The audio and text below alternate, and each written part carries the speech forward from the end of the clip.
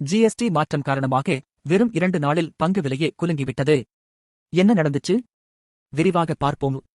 இந்த வார வெள்ளிக்கிழமை ஐடிசி பங்கு விலை 2% மேல் வீழ்ச்சி கண்டது. ஏன் தெரியுமா?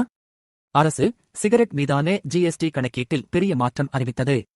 முன்பு வேறு முறையில் வரி கணக்கிடப்பட்டு வந்தது.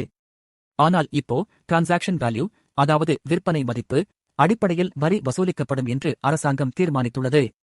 இதன் தாக்கம் உடனே பங்கு சந்தையில் தெரிந்தது. ஐடிசி பங்கு ஒரே நாளில் 2.37% வீழ்ச்சி கண்டு ரூ. 406.05 வரை சரிந்தது. இது மே 28ஆம் தேதிக்குப் பிறகு ஏற்பட்ட மிகப்பெரிய இன்ட்ராடே லாஸ்.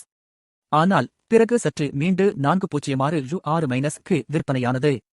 அதே சமயம் நிஃப்டி 50 இண்டெக்ஸ் 0.21% உயர்ந்து இருந்தது. அதிசயமா என்னன்னா, வியாழக்கிழமை ஐடிசி பங்கு 4% உயர்ந்திருந்தது. ஆனா ஜிஎஸ்டி மாற்ற செய்தி வெளிவந்ததும் சந்தை பங்கு விலையை கடுமையாக தாக்கியது. இந்த ஜிஎஸ்டி மாற்றம்க்கும் மொத்த சிகரெட் துறைக்கும் பெரும் சவாலா இருக்கும் போலிருக்கிறது. நீங்க என்ன நினைக்கிறீங்க?